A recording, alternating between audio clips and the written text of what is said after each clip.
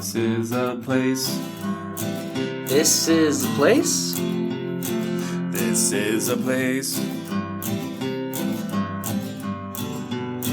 We want to talk about. This is a place. Thank you for listening to This is a Place podcast. My name is Brandon, and I'm joined by a man who has no idea the significance of today, Nate. It's January 31st. It was 1 year ago that Stafford was traded to the Rams, and now he's going to NFC or the Super Bowl. Okay. Is that right? None of those things. Oh, it No? is January 31st that we're recording. Last day of January. Any other guesses? I'm guessing that has something to do with the podcast. You are on the right track. Nate, I'm going to just tell you. Just tell me. Today is episode 100, baby. Is it really? Yep, I was surprised by it too. Snuck up on me. Oh. I was going asked through you like 2 weeks ago, and you said we had like 6 weeks to go. Yeah. Good thing I checked. Happened to look back and realize there was 99 episodes. So that makes this episode 100. So without further ado, Happy. Whoa.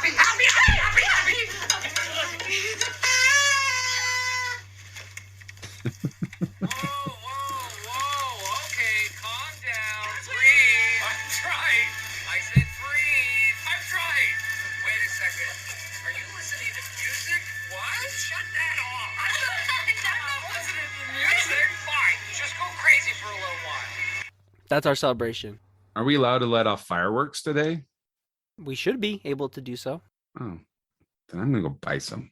Exciting day. Episode 100. We have made it this far, Nate. Episode We can do 100 that comes out on Groundhog's Day. Oh, yeah, it's Groundhog's Day, too. Wow. Huh. How exciting. We've come a long way. I'm not going to get super sentimental. But what I am going to say is we've got some cool stuff coming up. That we do. And we've had gone some through- cool stuff this last month as well. Yes. As I mentioned, I was bothering Nate on Saturday, sending him lots of texts about things I was doing. One of those things, I set us up a Patreon. And for those of us who are not millennials, can you explain what that is? Okay, well, a Patreon is you really like something, like this podcast. We have all 20 fans that are really into us. Just first thing they do is listen to our podcast. They're big fans, so they can go and be extra fans through our Patreon. And there's 3 tiers. So here's how the tiers work. We've got the first one that's called This Tier Makes Sense, because we have to put in puns. With that one, for the most part, it's just giving us some support. Because it costs money to run a podcast, it costs our time. So if you want to support us, great. But we'll also give you a sticker. Ooh. Because we're getting stickers. The next tier is called Money is Dough and We All Need It. Another pun right there. And what you get in this one is you get a bonus episode if you want to support us for $6. And then the third tier, the $12 tier, you basically get to tell us what to do for a whole podcast episode. And it's dedicated to you. Whatever you want. It's for the mega fans. As long as it's rated PG-13. So if you guys want to, great. Find that Patreon. If you need instructions, send us a message. I'll tell you how to do it. It's just another way to, if you'd like to support us and get a little more content. And stickers. Fantastic. I know this is our 100th episode now, but we also broke our record again. That we've broken our record 2 months in a row. That means we probably are at how many listeners now? 25, at least 25. So we're moving up in the world. Brandon sent me the text like he's mentioned, and he said, "Hey, here's the link to the new Patreon stuff." And he's like, "What do you think?" And I write back, "I don't know," because I'm kind of new to this whole podcast thing. I don't know how those things work. So it's in Brandon's hands if it's good or not. So Oh, okay. So you're distancing yourself from it because you think it's bad. I see how it is. it could be great. And I think it looked great. I think everything is fantastic, but I don't know how that stuff works. Well, I did run it by our guest today. It's fitting that he's on our 100th episode, to be honest with you, because I think he's been on the podcast before. I recognize him. I was waiting for like some build up, you know? That was the build-up.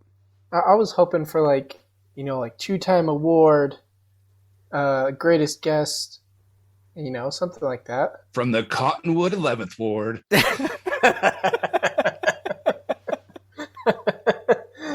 Oh, that's a good one. I'll take that. That is the name of Matt on his Zoom today, and every time, for that matter. Yep. Hey, I'm the technology guy in my ward, so that's why I'm Cottonwood 11th Ward. I run the Zoom meeting and all that. Hey, but I'm glad to be here and way excited that it's your 100th episode. I honestly can say every Wednesday morning, probably 95 of those episodes, that was the first thing I listened to in the morning. Well, thank you. I've listened to all 100, and there's some I've listened to over and over again. So I just enjoy listening to you guys talk, and I don't know. But yeah, thank you for having me. I'm really excited for this episode. And you're not even, how do I say this? You're not necessarily providing commentary in this normal way that you do on these episodes. Because you're actually For this a guest. Yeah, this is the first time. I think it's fair to say I request to be interviewed for this. Yes, you did. And I was pretty adamant. And I said, you could reach out to this person for an interview, but if it doesn't work out, I will be the guy. So I'm happy to be here. Before we get into it, we have to preface it and say, we hope you enjoy what we're talking about today, because we're going to talk about it for every episode this month, pretty much. Our 100th episode. What we're going to talk about is that none of life's storms can darken the spirit once lit by the fire within. That is beautiful, Brandon. I'm so glad you just said that. I can hear the voice in my head. Inspires me. I didn't do it quite as eloquently, but as some of you may know, in the year 2002, Salt Lake held the 19th Winter Olympics here in our great state. That's 20 years ago.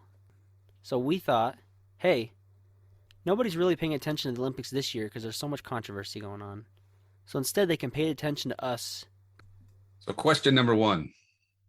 How old were you two during the Olympics? We were 9. Third grade. 3rd grade. It's sad that I had to think about that. So were you guys 29. were too young to remember the construction going on for the Olympics, right? Like, some of it I remember. Like the freeways and everything was just a mess. That part I don't. Why they were trying to widen the roads and get everything ready for the Olympics. But I do remember, I will say, because I grew up playing hockey and I started really young at like 3 and 4. So I remember all these rinks going up. The oval, I remember my dad helped paint the ice, and I have memories of going there before the ice was put in. I remember when they built Murray, the ice at Murray, the ice at Steiner, which is up right next to Rice-Eccles Stadium. So I remember all these hockey rinks. The rink I play in Ogden now was used for figure skating and curling, I believe. Another beautiful facility put in for the Olympics. So I've definitely enjoyed the benefits of the ice rinks that were brought here because of the Olympics. I just remember you would get on the on-ramp and then you'd be on the freeway. There was no time to speed up. Like it was scary driving on the I-15 back then. But It's already starting to sound like you resent the Olympics. no, I was excited for them. I still remember the day they announced that they were coming, and my mom like came running into the room and says, "Turn on the TV. This is a historic moment in Utah history that we're going to have the Olympics." And back then, it seemed like it was so far away, right? Well, we thought we should start out the really the only fitting way to start out a whole month of Olympics with the opening ceremonies. And probably we'll talk about the closing ceremonies too, just lump it all together. Why not? But we had to have Matt on. The reason why he requested to be on this episode, he had something to do with the ceremonies. Yeah, so I mentioned I played hockey growing up, and I started at a young age. And so when the Olympics came, I honestly had no idea. I was so young, 7 or 8, when we did tryouts. And my whole hockey team was going to this tryouts. Again, I had no idea what it was, what it really meant. But I remember going up to Steiner, which is the ice rink right by Rice Eccles Stadium, and we just skated like in circles. And then there was a spot where we'd stop at center ice and look up. There was a camera and 2 people, and we'd look up and I would say like, "My name's Matthew Baxter, and I'm 7 years old." And then I would just keep skating, and they'd record me for a second. And so that was the tryout. And from that, I became a child of light, which was like we kind of carried the theme of the Olympics, which was light the fire within. So I was part of both the opening and closing ceremonies as an ice skater, which was really cool. So that was 2 years before the Olympics even came? We started, no, I guess so. It was 2001, and I think tryouts were in August or September. Okay. Yeah, and again, I had no idea what was going on because I was still so young. But yeah, we tried out, and then I'll never forget. I got the letter at school.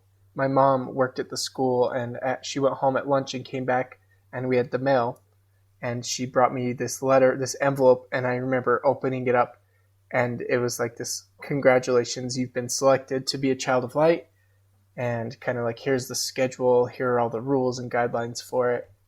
So I remember that day at 3rd grade. I was way excited, and it was really cool. Yeah. Was it the same feeling you had when you found out you were a child of God? Close. A little different because like everybody's a child of God, but child of light, like I'd get all this fame and glory, and that's what I'm really after in life. What was the regiment like? So we first started when we first started, because it was still so hot, it was still fall, basically summer and fall in September. We would go to the ice rink up by Rice Eccles Stadium, and we would just practice synchronized skating. So skating in a row with 4 or 5 people. We'd go down the ice, and then they'd have cones set out, and we'd turn the cones, and we'd practice. We just did that for like hours, practice turning together to synchronize our skating. And we did that, like a bunch of skating drills like that. And it was a mix of hockey players and figure skaters. We did that until they could actually put the ice in at Rice Eccles Stadium, which I believe was end of November, maybe early December. And that's where we could actually start rehearsing what we were going to do. And something I remember strongly is that basically with my letter that said I was accepted was that you're going to miss a lot of school. So I hope your teachers understand. Yeah. So, and actually there was a figure skater that went to my school. She was in a different class, but Taylor, she was a figure skater, and we'd get out at the same time. We'd be called out from the office almost every day to go up to Rice Eccles Stadium for practice. And then we would, as a kid, it seemed like forever. We probably were done at like 7:30. And then weekends, we would be there pretty much all day Saturday. Like we'd get there at 10 in the morning and probably didn't get home until 7 or 8 that night. So it was pretty intense. There was a lot of cold days. I think 2002 was like an extremely cold winter, if I remember correctly, but a lot of cold days and then a lot of sitting around too.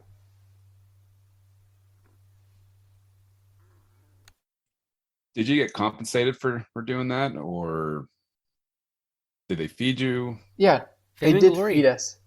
Yeah, fame and glory. besides the fame and glory?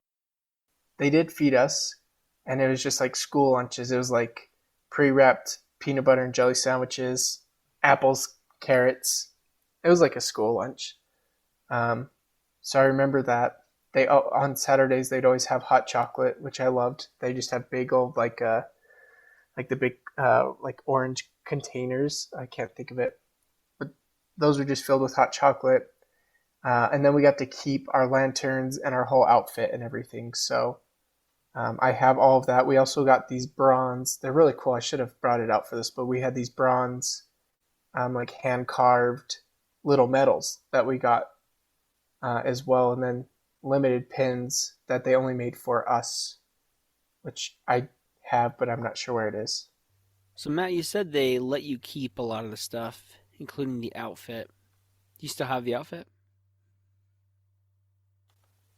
I do. It's at my parents' house, I'm pretty sure. Um, You probably don't fit into it now, but I wish we no, I could do see you not. in it.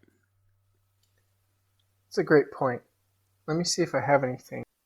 Nate, do you have your phone on you? You shall be receiving a few texts. And feel free to turn on your mic and react naturally. Your sister's so cute. Everybody knows my sister doesn't have red hair. His sister doesn't have red hair. Those are my modeling Where's the pictures. picture of you, Matt? Yeah, okay, so funny about this picture, I'll describe it to people. You don't need to describe it. Everybody's going to see it. Oh, yeah, that's fine too, but if you don't see it and you're listening, we're dressed kind of like Eskimos. We have these white furry jackets, and then these like white felt pants, and then Ugg boots. And they were real Ugg boots, so that was pretty cool. You were ahead of the time. Yeah, we were. My sister stole them from me. All the guys wore beanies, and all the girls, not all, I should say, the majority of guys wore beanies, the majority of girls wore headbands. But when I went to get sized up for my jacket and everything, the guy that Thought you were a was girl. doing it was like, "Your hair is fabulous. We are giving you a headband." So I was one of the few guys with a headband with that fabulous red hair. Looked fabulous. Yeah, that's exactly that. He really sounded that way. And he was You do great. look fabulous. We ended up working with him quite a bit. He was one of the figure skating coaches. It's interesting now because I look back, the adults that were skaters, because there were so many skaters, the adults did so much more than skating.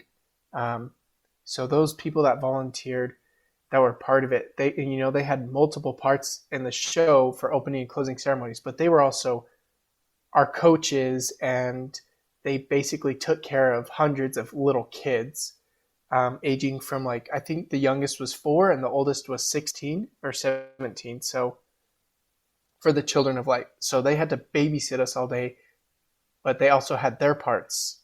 So yeah, I remember that guy. He was a figure skater, and he was great. We worked with him a lot.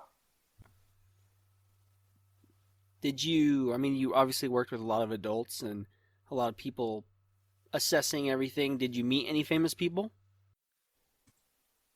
I probably did, without realizing it. So the main figure skater that he represents the fire in the opening Olympics, he was probably a famous figure skater, maybe not Olympic figure skating level, but I'm Featured pretty very sure. prominently in the ceremonies. Yeah, we did get to meet Scott Hamilton, and the way that happened, well, maybe we'll save that because that's in the closing ceremonies. But we got to skate with him, on ice with him, and when I say we got to meet him, he basically just came into our dressing room and said hello, and that's all I really remember of it. So, I mean, I did get pretty close to Leanne Rimes, and as a 9-year-old, I thought she was the most beautiful lady. I had the biggest crush on You Leanne got pretty Rimes. close to her, meaning like you were close proximity, or you guys were Proximity. buddy buddy. You know, in my mind, I was like, we're gonna get married. In reality, she probably never saw me. But if she did, you know, who's to say? Well, do you have any secrets to share from behind the scenes or anything like that? I do have something. So if you don't know, if you're not aware, so the Olympics are on YouTube now, and there's an official Olympic channel. You can watch the opening and closing ceremonies. And I searched for this for years because, of course, in 2002, my parents recorded it on VHS, and then that VHS was like destroyed. And so it was so bad to watch it in fuzzy, and you can never really see it or hear it well. And so every year, like multiple times throughout the year, I would just search online. And finally, last year, they posted it. I was way excited to watch it, but it reminded me of something that they took out of the opening ceremonies in our big like opening scene where we come out and do our whole choreographed like storm scene, I guess is what you'd call it. It was supposed to end with us because we had our lanterns, so we lit up. We were supposed to end being making XIX, which is 19, since it was the 19th Olympics, and that was cut like the day before dress rehearsals because we just couldn't get it right. And so they just cut it, and instead we just skated to the perimeter to light the way for all the athletes. So that's kind of behind the scenes, or something that was cut.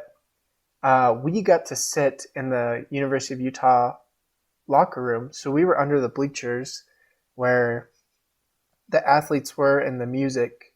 So obviously when we skated off, we were the first act and we were the last act for the opening ceremonies, and we were just under the bleachers the whole time listening to everything, and we had it on TV just watching. So that was really cool. And then the security was way intense. Even for like us kids, we'd get there, they had to turn on my Game Boy to make sure it wasn't like an explosive. We had metal detectors and they'd pat us down. So that was really interesting and a little scary for me as a kid, but not too bad, especially after 9/11 just happened. So I don't know. There was a lot of behind the scenes, but interestingly enough, as I watched the Olympics, there's like 3, maybe 4 main segments, but there's like the Children of Light, and then the Native Americans, the 5 tribes of Utah, come out and welcome the Olympians, and then there's like the Pioneers hoedown, basically. And it's great. It's such a great show, and it won so many awards. But I actually I had no idea those things were happening because we never saw that. When we would rehearse, we'd go out and do our part and practice all day, and then we'd go under the bleachers when it wasn't our turn. So we never actually saw what else was happening. So that's interesting that pretty much the first time we got to see it was on the actual opening ceremonies, and we just sat in our locker rooms and watched it happen. We'd never seen that part before. So that was really cool. Well, any other stories? So for the longest time, I searched for myself when I'd watch the video, like our home tape, and I could never find myself. And I just thought it didn't happen. Or I just thought I wouldn't be able to find myself. It was too hard, too many skaters out there. When we were coming out, so like right as we got on the ice, the kid directly in front of me started skating and caught an edge and ate it so hard in front of me, and he slid, and one of the people that represented a cloud like stopped him. It's so like burned in my memory. She like put her arms out and like cushioned him, stopped him, and he got back up and got back in line. And I'll never forget that. And I remember like laughing, like this is the opening ceremonies. The cameras are on us, and he just ate it hard. So when they posted the video on YouTube, I actually went back and watched it, and I found it. So even though you can't tell it's me, I know it's me because he was the kid in front of me. So, and it's something like if you didn't know it was there, you wouldn't even see it happen. But I've pointed out to so many people of like, watch this kid, and you see his lantern like fly out in front of him. You could tell he's like sliding and stuff. So I was trying to watch for people falling, but I didn't see anything. So I've found 2 so far. So him, and then another one. When we're out there, there were dancers on the side, that weren't skaters, and I found one girl falling. But yeah, that's pretty much it. So I was able to find myself, and it's really cool to kind of just relive it, watching it. I honestly, I get pretty emotional every time I watch it, because there's it is a powerful night, and it was just so cool. Each of the segments, like the 5 tribes welcoming the athletes, is amazing, and then the like the pioneers and like that whole scene is just awesome. That's a funny thing I thought about as an adult. Okay, so you ask the rest of the world, what do you think about when you think of the West United States? And they're going to say cowboys and Indians. So that's what we delivered, was cowboys and Indians. You reminded me of one thing that was very controversial, if I remember correctly. So part of the part that I do was it was a storm, basically, and this kid finding his way through the storm, and then we light the fire. We had these lanterns that like lit up the storm, so it scared the storm away, basically. And there were these icicles that chased the main child of light. They're scary. They're in shiny silver outfits, and they have pointy hats. And that's all I will say. I remember people being like, that didn't seem right. But their arms are pointy, their legs are pointy, their hats are pointy. And they were icicles. But they came out in a marching fashion. So I remember that was kind of a big deal. Interesting thing about these Olympics, they were directed by Kenny Ortega. Do you guys know who Kenny Ortega is? I don't think I knew that. Yep. So Kenny Ortega directed both High School Musical and the Ceremonies. So both you and I have been in a Kenny Ortega production, Matt. That's great. What was your Kenny Ortega? High School Musical. Oh. I didn't know you were in the background on that. But what more do we need to say about the opening ceremonies? Nate, do you remember anything from that stuck out to you? I just remember Matt skating around, just getting his little heart out. Gave a great performance. He did do a great job. I was hanging out with a bunch of friends. So we weren't paying super close attention to the opening ceremonies, but I still remember the night. I was a child, so I had to go back and watch it again. Watched it in double speed because it's pretty long. Yeah, I was just thinking that, like, most Olympics opening and closing ceremonies, you're just like, oh my goodness, these are so long. So long. Time out on that, though. Like, more than half of it are the Olympians coming out. If you fast forward through that, it's basically 3 like main acts, and it's done. Yeah, it's long. It's 4, longer than I guess. that. I guess because we were 1 and 4. If you're watching just the theatrical part of it, yes. But if you're watching Mitt Romney and them carrying the torch, all that kind of stuff, it's going to be a little bit longer. And I had to see all that stuff too. That's true. That's another thing I forgot to mention. That was completely a secret, and that was a big deal that like nobody knew. I remember it being big news of like, how's the torch going to be lit? Like, they do it different every time.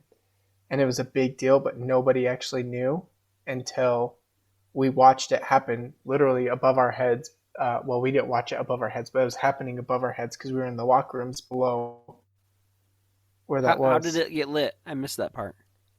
It was Team USA, the 1980 Winter Olympics. Right. Team USA. I see what you're saying. Yeah. Miracle. So it was a big deal, and that was a big secret that they kept from everybody. So there was no leaking that. Just pretty cool. Another thing, just one more behind the scenes. If you watch the closing ceremony, there's a part where the Children of Light come out, and with us came these lit up balloons, and hanging from these balloons, and they're giant balloons, like air balloons almost. Is that in the closing? Yeah, in closing. And they had people hanging from them. There was like a snowboarder that was doing like aerial tricks, and a skier and a figure skater doing all these aerial tricks. And that was actually meant to happen in the opening ceremonies.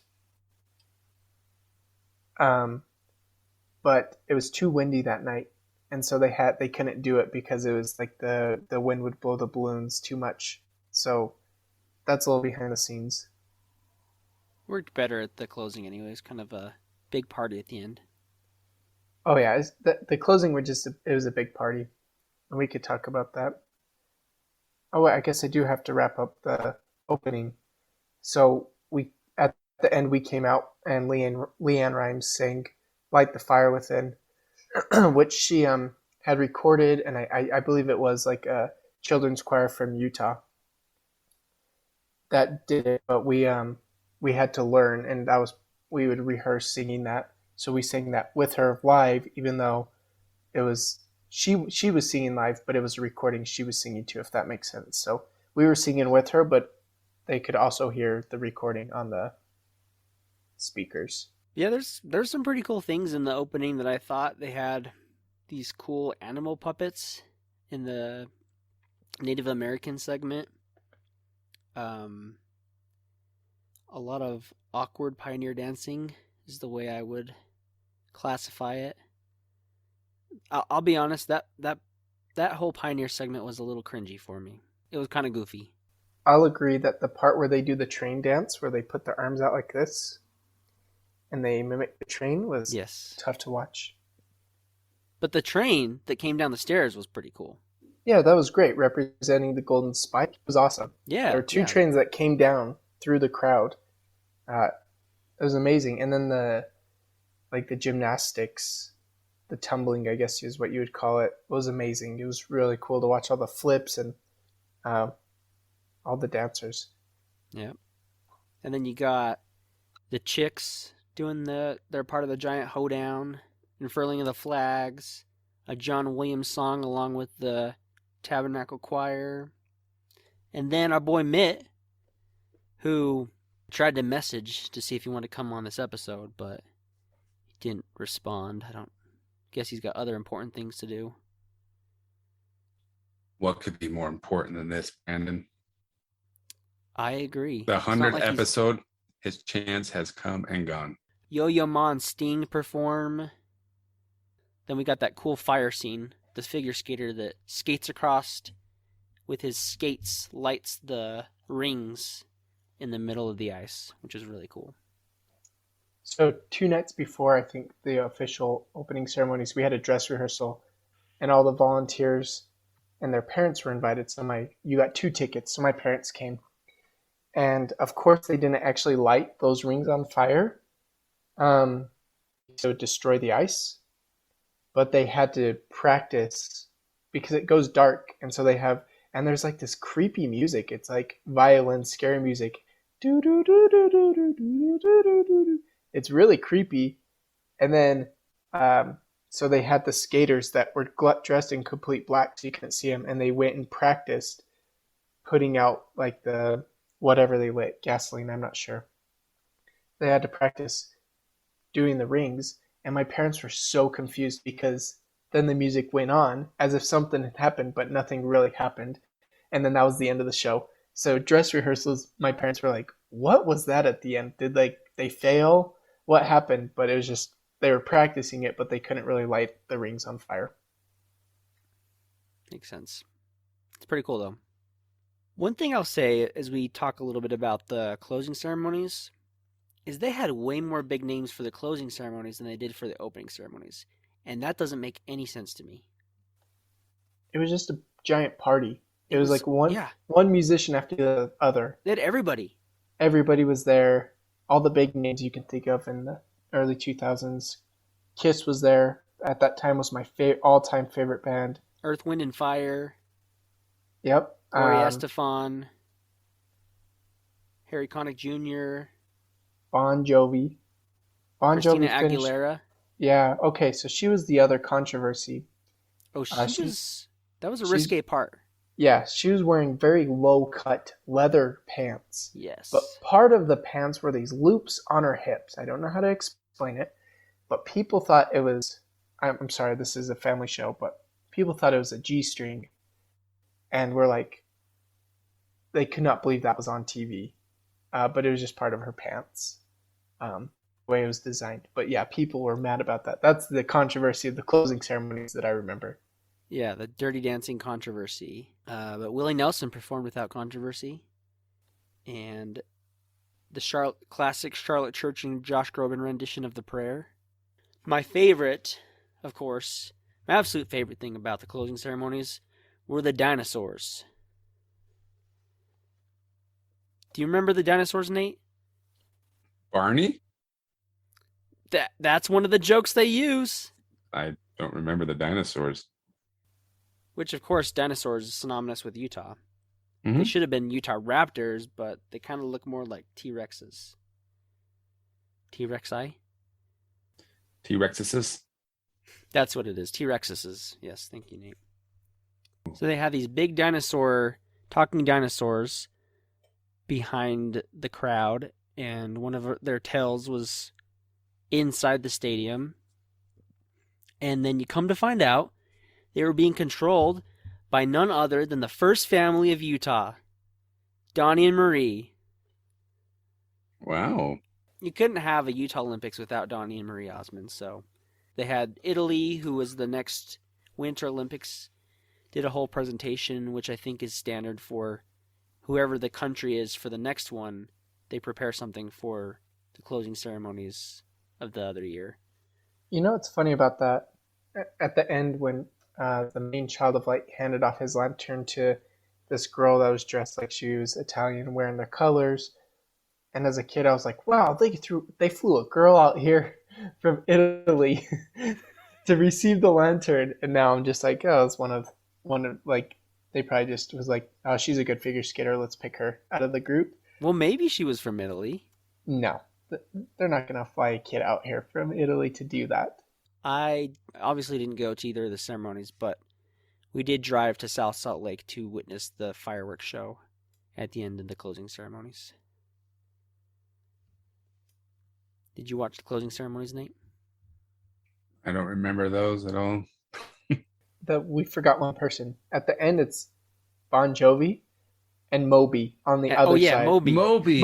So What happened to him? yeah, so it'd be like, ladies and gentlemen, Bon Jovi, and he would play, and they'd be like, ladies and gentlemen, Moby, and just back and forth. They'd play a song, and then they'd go back to the other stage and play, and it just went back and forth, and they threw paint all over the ice to destroy the ice in a fun way. And I think they also did that, I don't know if it's possible, but to give it some texture, because they had the athletes come out on the ice to just party, and that's what it turned into. And they were totally fine just walking out on the ice. If I remember correctly, I think we were actually bussed out before the Olympics ended, the closing ceremonies ended, because we didn't need to be there anymore, and it just was a huge party. So I looked at a list. They ranked the top 10 Winter Olympic ceremonies, and they put Salt Lake as number 6 on the list. So, not bad. 6 out of, how many have we had at this point? That was number 19, and we've had a couple more since then. So, how many of those were newer? Like, that's the thing, is each year gets better and better because of technology. But what we did with what we had was amazing. I know they won awards for like the music that was in the Olympics and all of that. So yeah, we'll have to talk a little bit more about the music in another episode. So I've got my own anecdotes about that. So plenty to still tune into and listen along with for the month of February. I know when you guys have me on as the guest, I know I talk way too much, but I felt like this time was appropriate because you interviewed me. Yes, Matt. Yes. It was okay this time. You did good. So actually, what this was a preview. If you are a Patreon of the highest level, you can do what I do and come on the show and just talk. So that's just a preview. But yeah, when are you I going to start appreciate paying you us for Thanks that? for your donation, Jeez. Matt. I will be your first Patreon. Your first patron. Is that what Our they're first called? patron. Yeah. Because I am a fan of the podcast, and I always enjoy you guys having me on. And I do love going back and listening to all the episodes, so I really appreciate it. Even when I talk too much, and I'll listen on Wednesday and be like, oh, I talked way too much. But I appreciate you having me on, and I was so excited. I've been waiting like all month to talk about this, so thank you. Me too. I've been excited revisiting the Olympics, and I think we're going to have some fun with it. Yeah. And I'm not excited. I want to go over the oval now and ice skate in circles. I want to go do some synchronized skating with Matt. he's going to go teach us some skating moves, maybe at the oval. We'll see. Maybe teach you, Brandon, some skating moves. What? I know all about icing when you skate and you shoot the ice at everybody. Yep. Icing. That's what they call it. Yep. Yep, icing. Yep. Well, Matt, hope you enjoy your two forms of embarrassment in listening to yourself talk too much, and also the fact that I'll post your pictures of you in your outfit on the social media. So Totally go for it. I'm happy to share that. I was going to post it the next week. The 8th is when February 8th is when the ceremonies or the opening ceremonies was. So I was going to post it on Facebook, but you have my permission to share that with the world. Just continue to be a child of light. continue to be a child of light. Have a fun Olympics month, and I'd say here's to another 100 episodes. Let's do it. Halfway through recording, I took my headphone out. Either there was a gang shooting down the street or people were lighting fireworks off. So I think they heard you and they're like, let's celebrate. So there were a ton of fireworks going off. I have no idea what for. Either that or the SWAT team. Sure. The SWAT team was down the street and there was active fire going on for 2 minutes, 3 minutes. Yeah, somebody posted, is that on Facebook or something? Is that fireworks or gunshots? And somebody said, I'm shooting at the fireworks. Oh, is that during this? No, just a couple of weeks ago. Oh. It's pretty funny. It's me. I'm shooting my gun at the fireworks. Thanks for listening to This Is a Place podcast. See you next week.